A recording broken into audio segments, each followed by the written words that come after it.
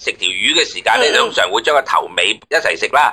仲有一樣嘢好緊要嘅就係你哋經常犯嘅咧，就係但係已經犯咗呢樣嘢有冇得救嘅？但係細佬哥可以救嘅。點算？就係個簽名。簽名係啊，因為通常我哋睇個人好唔好運咧，睇個人簽名就知噶啦。咁咧就我本人簽名嘅時間咧，就以前係俾啲師傅教，就係話你點簽都好咧，一定咧個頭咧係一定要好重筆之外咧，跟住中間撩一紮之後咧，去到尾嘅時候一定嘅嗰支筆要飛天。飛天嘅意思就係向上嘅意思就係不斷將你嘅簽名唔好簽到尾咧，會縮咗落去，或者冇咗筆畫，或者咧就斷咗咁樣唔得嘅，一定要簽個名先好。阿林嘅，你記唔記得以前我哋學簽名咧？我係咁嘅喎，我哋教咧就係先喺張紙度咧就好草筆咁咧就寫咗你自己嘅名之後咧，然後咧就調轉張紙。係啊。調轉張紙咧，然後就睇下你自己嘅名咧係點樣寫，然後咧就根據嗰個筆畫咧。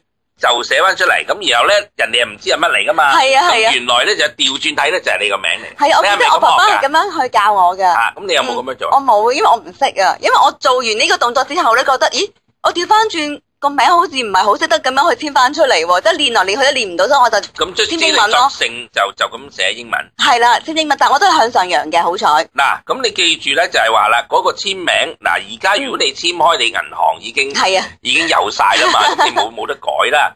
但係變咗你啲細佬哥咧，就即係佢哋未攞銀行存摺戶口咧。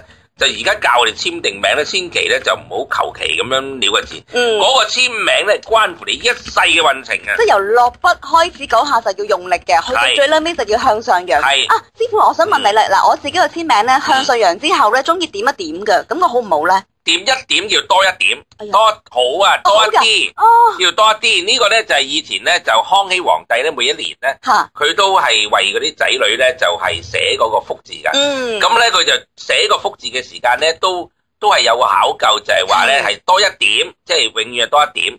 咁所以咧佢嗰個福字咧係寫咗呢一邊多田，寫個多字，多田。